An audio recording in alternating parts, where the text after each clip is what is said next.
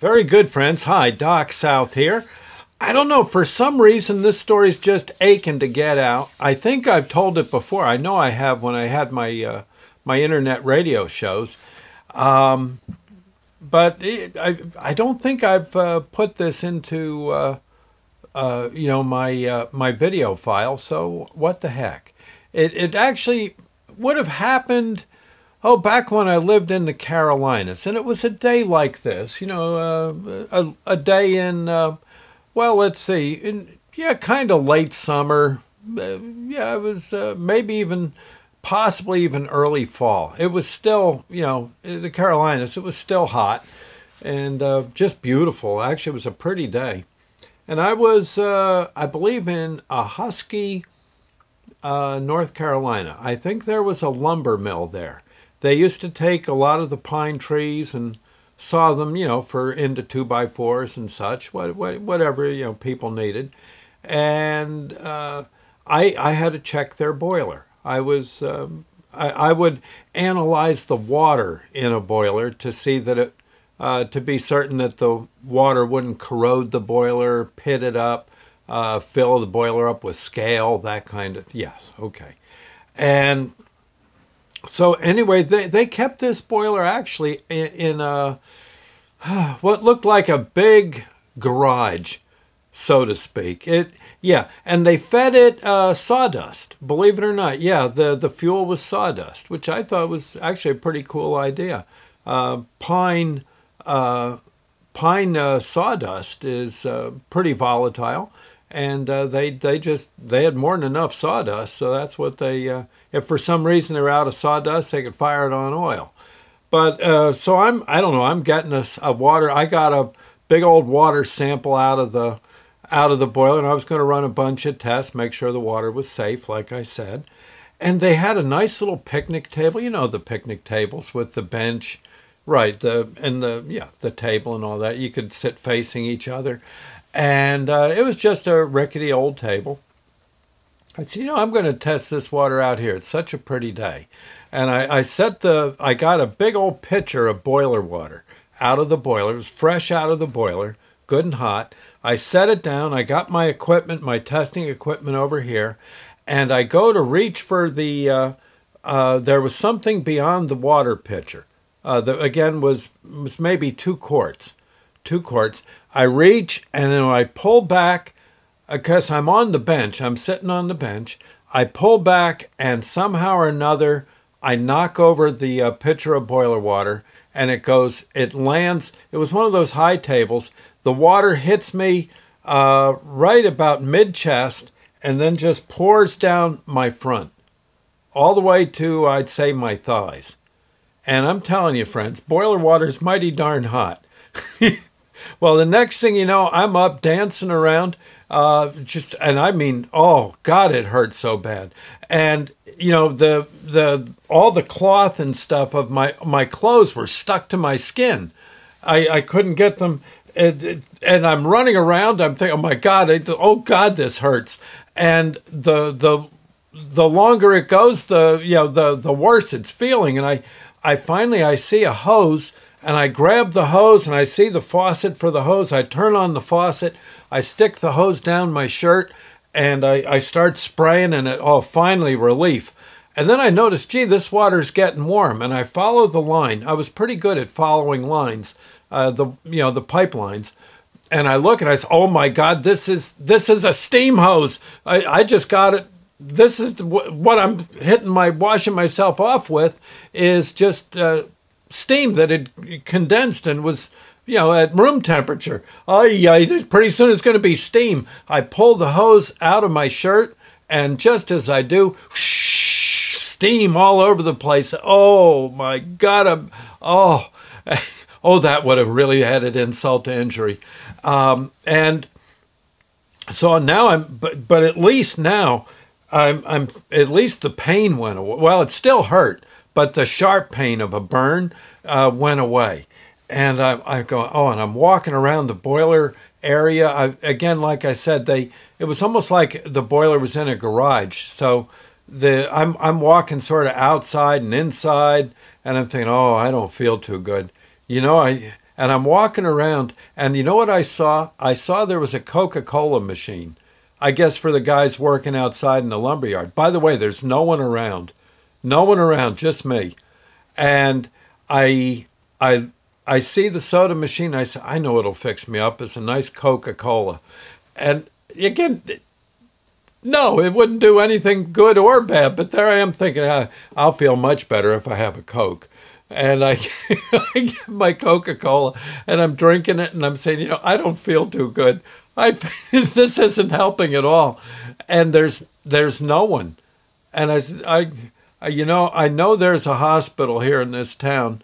I saw it. I passed it on the way. It's just up the road.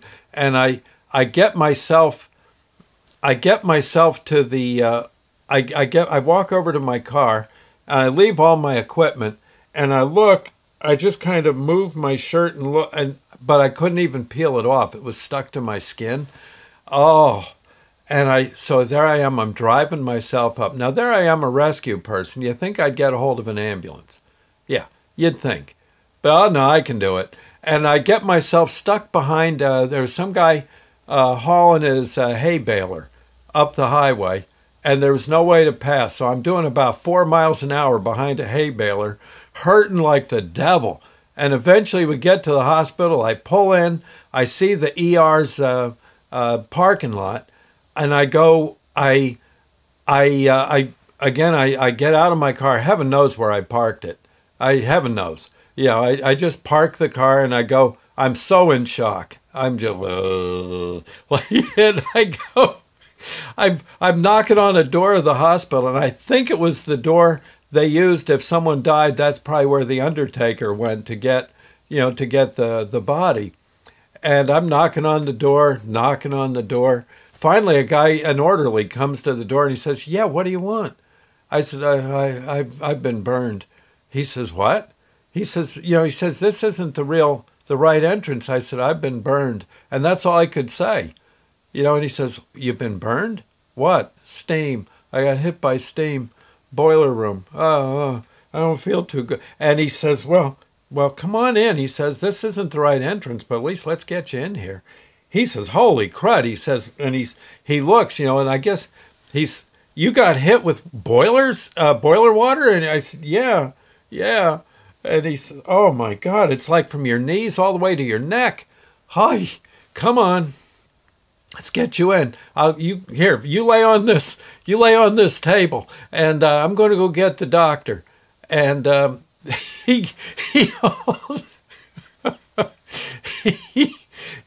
laying on the table. He says, "Man, next I know, here comes the doctor." He says, "What's the matter with you, son?" I said, "Yeah, burned. Lumber mill. I got hit by boiler water." He says, "Boiler water? That's hot." I said, "Yeah, it's real hot." And he says, "Oh my God." He says, "Look at you." He says, "Now look, this is going to hurt like hell." He says, "I'm going to lift your shirt and just see."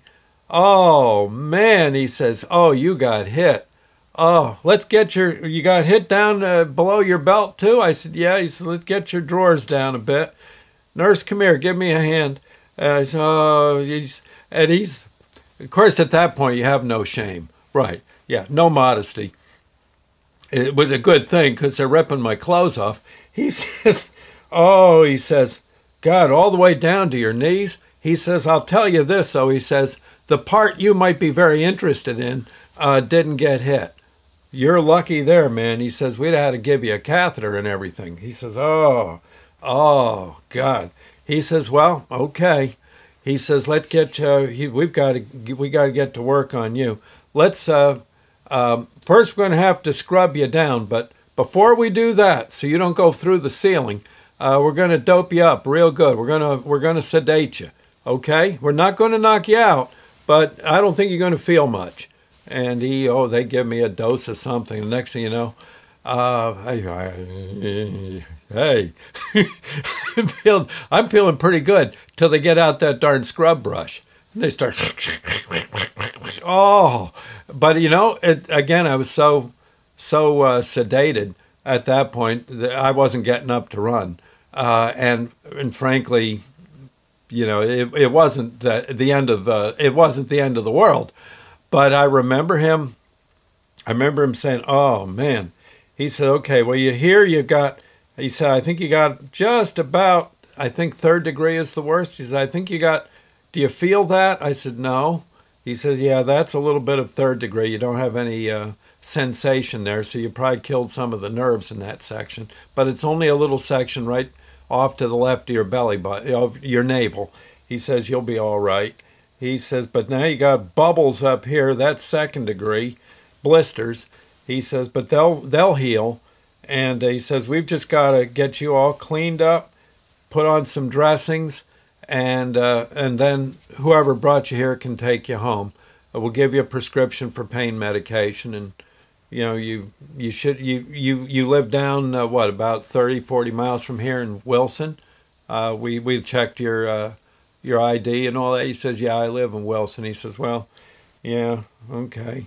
And he says, "Wait a minute." He says, "How'd you get here?" I said, "Well, I drove myself." "You drove yourself when you're burned like that?" And he saw that I was a rescue. He says, he says, "Ain't you ever heard of an ambulance?" He says, "God, you're taking people in on ambulances for toothaches. And there you are in shock running around." I said, "Well, I do, yeah." He said, "Okay, you just didn't know because you're in shock, huh?" He says, "Well, who's going to take you home?" I said, "Well, I drove myself. There's no one with me." He says, "Oh," he says, "you're not going anywhere. No, no, no, no." He says, you're gonna have to sleep off all this stuff we gave you. We're not going to admit you, but I think we're just going to park you."